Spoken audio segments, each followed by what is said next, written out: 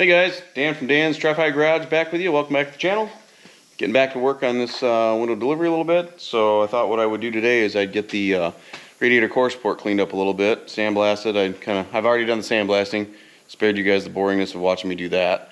So now what I'm doing is, this is probably a common problem you guys run into all over the place, and most of you guys already probably know this trick, but the bottom of the core support I got a broke off bolt.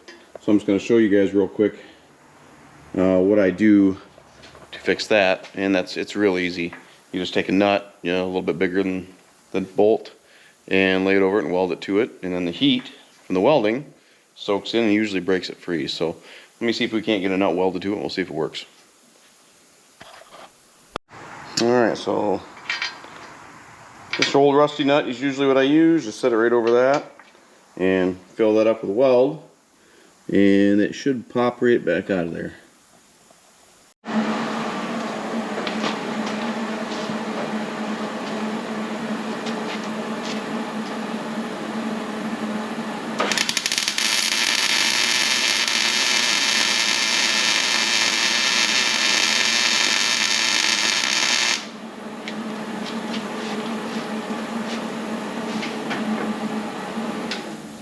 Alright, so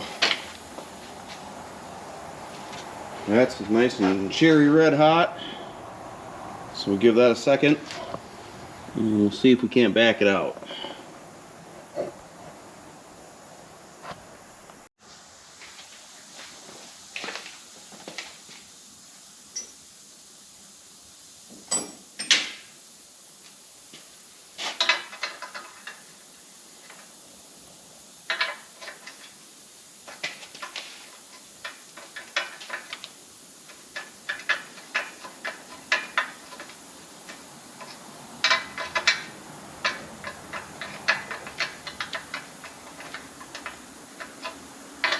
You usually gotta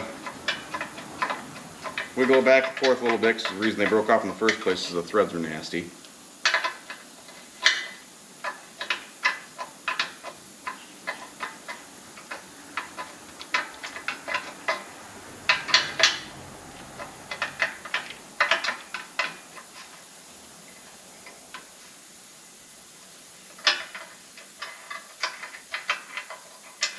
Alright, she's out.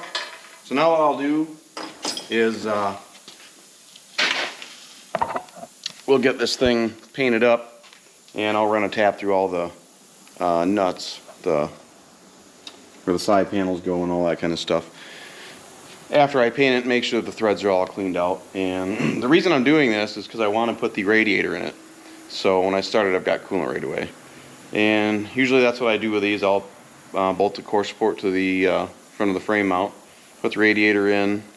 Usually I'll hang on the front inner fenders, so I know right where the radiator hose has got to go, because a lot of times you got to cut the top one, and I did that a couple times where I thought I had it in the right spot, and I had the radiator tilted just forward a little bit, and when I went to put the front clip on, I cut the radiator hose too short, so I had to buy a new one. So I learned my lesson on that one. So, but let's get this apart, or I should say get this painted, and we'll see if we can't get it put on there.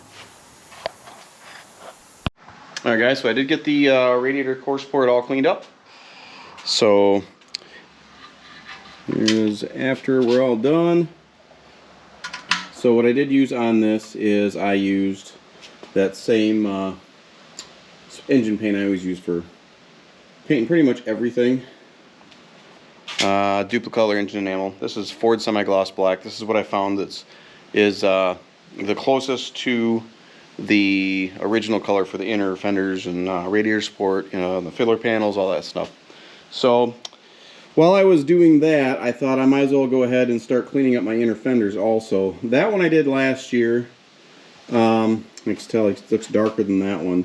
And I used a different primer, so I'm probably going to have re-strip that down and go back to this primer, because it's been sitting around a while. And primer, if you leave it a while, if you go to paint over it, a lot of times it'll peel. So I'll probably get that one redone. But what else I'm going to do now is I'm going to order a front end sheet metal bolt kit. So I don't know if you guys have ever used those or not, but that's what I usually do when I put together the front end of these cars, because it saves you a lot of hassle. I think they're like 80 or 90 bucks, but you get every single nut and bolt and the correct ones to put the whole front end together on. They're labeled in bags and everything, so you know exactly what you need, and it just saves a bunch of aggravation. It looks good. They're usually like CAD coated or black if they need to be black. But yeah, here's what I'm going to run for a radiator. So I got that. That's a Griffin radiator. So my plans are now, I'm going to get these things cleaned up, painted. I'm going to assemble the whole front end minus the fenders, like I told you earlier, so I can get the radiator hoses. I'm still waiting for the exhaust. Hopefully that's supposed to be showing up sometime this week, so I can get that on there. And like I said, I keep saying I'm going to start this thing, but I was going to start it without exhaust, but I figured at this point I might as well wait. So that should be showing up here anytime. Okay, here's the next thing I wanted to show you guys. So these are the factory dual quads I was telling you guys about. They finally did show up. I'm super happy with them. So these should be correct for the 245 horse dual quad setup. Now, that's another thing I'll show you guys. So there was a bunch of variations of the Carter WCFBs. You know, some of them didn't have these auxiliary air valves in the side. Dual quads for 57 had a shorter base. So if you're ever trying to put together a set of dual quads and you want to run the Batwing air cleaner, a lot of guys run clone carburetors, but what you want to make sure of is you have the low bases on these carburetors. And that's part of the reason why I just went with original factory numbers matching ones, because I just thought if I got the right stuff, I know it would fit, because I am going to run the Batwing. A lot of guys like the Corvette ones, the little chrome ones, but I like, it's big and gaudy, and that's what makes me like it. So I've been kind of picking up bits and pieces for the original factory dual quad setup. So like this stuff's all reproduction, and I got the new tube and I ordered the cap. Now one thing I'll tell you is factory dual quads, the tube and the cap were both silver, where a factory regular 4-barrel one, the tube was black, and it had a tab right here for the throttle return spring, which obviously you can't have on this one, because on a regular single 4-barrel one, the tube actually faces that way, so it could actually have the tab. In fact, there's ones right over there. Yeah, I'll get it out and we'll show you. So on a dual quad setup, there is a tab that goes right here with a spring that runs to the front carb. There's a tab right here, tab right here with a spring that runs to this carb. So they are a little bit different, but so these are correct for factory dual quads. Now the next thing I'm going to show you is dual quad cars in 57 and 6. They had special pulleys, a lot of special bracketry, and I've started picking some of that stuff up. So like this here, and when I'll do in future videos, I will get out these stuff and show you, you know, side by side. But this is the factory water pump pulley for a dual quad, and a real easy way to tell the difference is the step right here. So what the difference is these pulleys are actually they're like a deep groove. So I'm not sure exactly why. I don't know if it was the horsepower rating that they thought that the standard pulleys would kick the belts if they didn't have the deep groove in them or not, but these are the correct ones. And this is a brand new in the box correct generator pulley. And same thing, that it's a deep groove. So that is actually correct for 2x4 Corvettes and passenger cars. Now they did also have a specific lower balancer that has the deep groove with a riveted pulley to it. I haven't picked that up yet. Those things go for a couple, $200-300. So I haven't got the ambition up to spend that kind of money on that yet. I've spent quite a bit on just the stuff I have here. So yeah, that's going to come at a later date, I think. But here's the other thing, is the correct decal for your oil cap. So I think maybe we'll stick that on here. What the heck? So that's actually a water slide decal. They do actually offer these in just a peelable sticker type. I don't really like those. I've used them and other things, but it's thicker, and the original air cleaners and oil fill caps, stuff like that, they use those water slide decals, so they're real smooth, so you can put them on and clear coat over them and then they won't come off. The thing I don't like about the sticker ones is the edges, grease and dust starts to build up around the edges, and they start to peel a little bit, so this just looks a lot nicer. So let's see if we can't get that in there and see how it looks. Alright guys, so now these water slide decals are just like the decals you used to get with old plastic models. So just need a little bit of warm water. I usually put a little dish soap in, a couple drops, because it helps it slide around a little bit better, and you get a little bit more play with it to where you can move it around a little bit. So let's see if I can't keep from ruining this decal. So I'll let it soak for a couple minutes. We'll try to slide it off there and see if we can't get it to stick on there.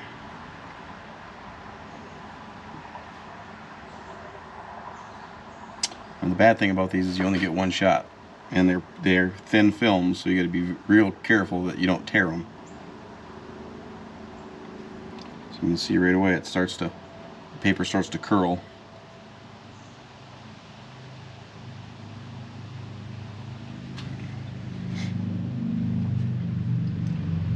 This is the fun part about this stuff to me, is I like all the details, the little trinkets. You know, I like the chase of it, I guess you would say, and that's part of why I wanted to do this dual quad setup, is because I knew that there was a bunch of extra pieces that I was going to have to find for this car. But to me, that's what makes it fun, is it's like a giant puzzle. I know a lot of guys would rather just buy the car done, but to me, it's more rewarding when you finally step back and look at what you've been able to find and put together the right way. Okay, so this is starting to come off here.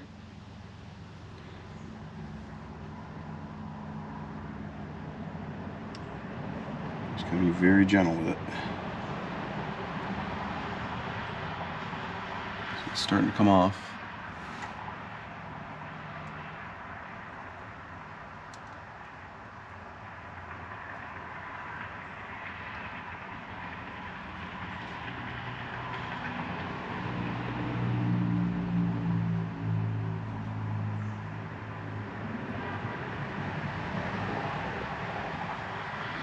Okay, we got it off. Now let's put a little bit of soapy water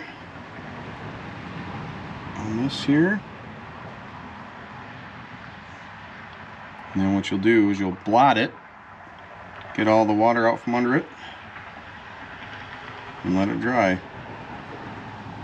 We're getting there. Let's see. So the placement should be right about there. Tissue, kind of blot all the bubbles out of it.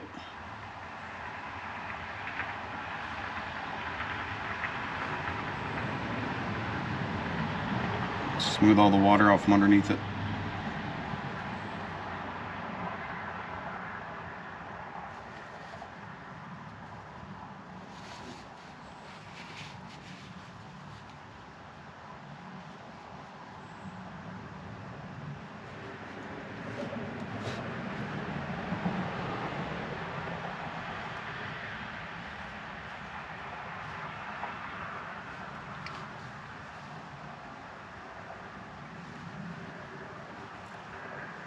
Alright, there it is.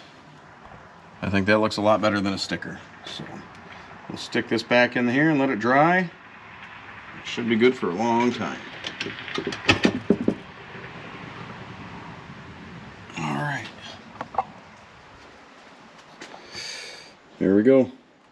Like I say, when I get the Batwing air cleaner, it has a couple decals like that on the air cleaner pods that I'll have to put on. But yeah, those little details just set the car off to me. Okay, so here I have original 56 intake with original 56 4-barrel set out next to these dual quads. And you can see here what I was talking about, how the base of the, you know, it's a standard 4-barrel, is a lot taller than the dual quad ones. And they had, like I say, a few differences between these carburetors. Like I say, you got the auxiliary air valves here, and you can see where it would normally be in the bowl right there, but it's not. And like I was telling you also, the oil fill tube would come out this way with a tab on it for your throttle return spring. So, and like I said, this one's missing your vent tubes and stuff like that, but those should be on there. But I like the looks of the new stuff, like my tri-power, but I've always really loved the looks of the original stuff too. It's just, I don't know, there's just something about it to me that I think looks nice. Especially when you put that massive air cleaner on it. Wait till you see the Batwing. That thing dwarfs this. It's huge. I'm sure you guys have seen them before, but you'll be seeing it on the channel here pretty soon. I've been kind of hunting for them a little bit, and I think I'm going to go with an aftermarket one, just because originals are hard to find, they're super expensive, and they're usually dinged up and stuff. So for this car, it's going to be fine for this. But you can really tell the gentleman that redid these carbs, he really took his time and did it right. You know, the bowls are anodized correctly, all the linkages and the auxiliary valves are all recad plated, and this is it looks bare, but it's not. It's been cleaned up and then clear coated so it won't rust. So yeah, I couldn't be happier. I spent quite a good chunk of change for them, but they're gonna look awesome on that convertible.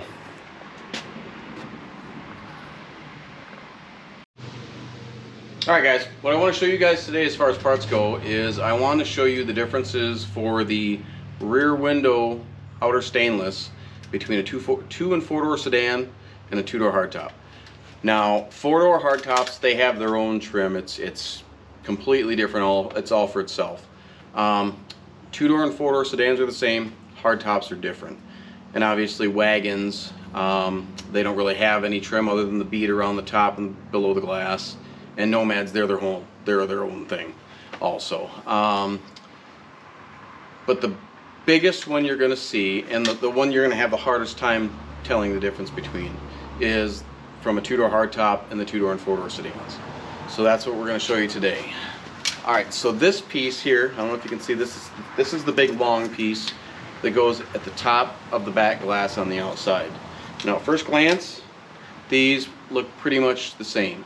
And if you were to swap meet trying to find these for your car, whether you have a 2 or 4-door sedan or you have a hardtop, I'm going to show you a quick and easy way to tell the difference.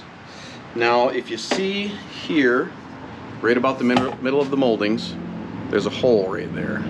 That one's got it, and this one has it. I have a tag stuck through that hole right at the moment. Now they all have that, and that's basically the center of the molding. So if we line those two moldings up, one difference is you're going to see that a sedan is a lot shorter. So I have those roughly lined up, and you can see right here how much shorter this one is than this one. But there's an even quicker way than that if you don't have two of them laying right next to each other. Okay, so this one here is for a 2-door hardtop in my hands. 2-door hardtop. So you see that dimple, or that hole? Right next to it, there is a dimple. And that is how you tell you've got a 2-door hardtop molding. 2-door sedan, 4-door sedan, they do not have that dimple. They have the hole, but you can see nice and smooth here and there. So always remember, hardtops have a dimple, 2 and 4-door sedans do not. Now the next piece I want to show you is the rest of the trim. So this is the trim that goes down the side of the glass and across the bottom. Now I have the passenger side here, one for a 2-door and 4-door sedan and one for a hardtop. Now these are also pretty easy to tell the difference. And the difference is right here, right where the curve is. So on a 2-door and 4-door sedan, it's real nice and gradual, nice curve. A hardtop those have what I call an elbow. And I found out this the hard way when I was first learning. I was putting my gray and white two-door sedan together, my 55, and I had bought it's right over here, a nice stainless buffing kit from Eastwood. Had them all cleaned up, went to put them on, and I realized I had a pair of hardtop moldings that I cleaned up. So what the difference is here, and I almost call it an elbow. So you can see here, there's like a real pronounced elbow right here and here, because it comes up and it almost kicks this way, where the sedan doesn't. So if I hold them up, I don't know, hopefully you can see the difference. So you can see real smooth gradual here, kicks right here. So that is how you tell the difference between the rear stainless and a two-door hardtop and a two-door and four-door sedan. Alright guys, so I'm going to throw another little parts at you here, and it's because when I'm trying to think of parts to show you guys and show you the differences of them, I tend to try to think of the harder stuff, but then I get to thinking, you know, the parts that I assume everybody already knows, I probably shouldn't assume that everybody knows them. Reason being is, you know, some of you younger guys just getting into this, even some of you guys that have been into it forever, you know, you might have never really took the time to know the differences. And so what I want to show you guys is dash trim. So, you know, like I say, I always think this is pretty standard that everybody knows it, but I shouldn't take that for granted, or just assume that, I should say. So anyway, so what I'm going to show you guys here today is I've got all the dash trim laid out for all 3 years. Now, here's the thing, is you see this trim on cars quite a bit, but actually this trim is actually only correct for a Bel Air. 210s, like on 55 and 56 and 57, the center of the dash would have been painted a accent color, and then like 56 150s, the top of the dash is black, the whole rest of the dash is like a cream color, and 57 150s were all silver with black.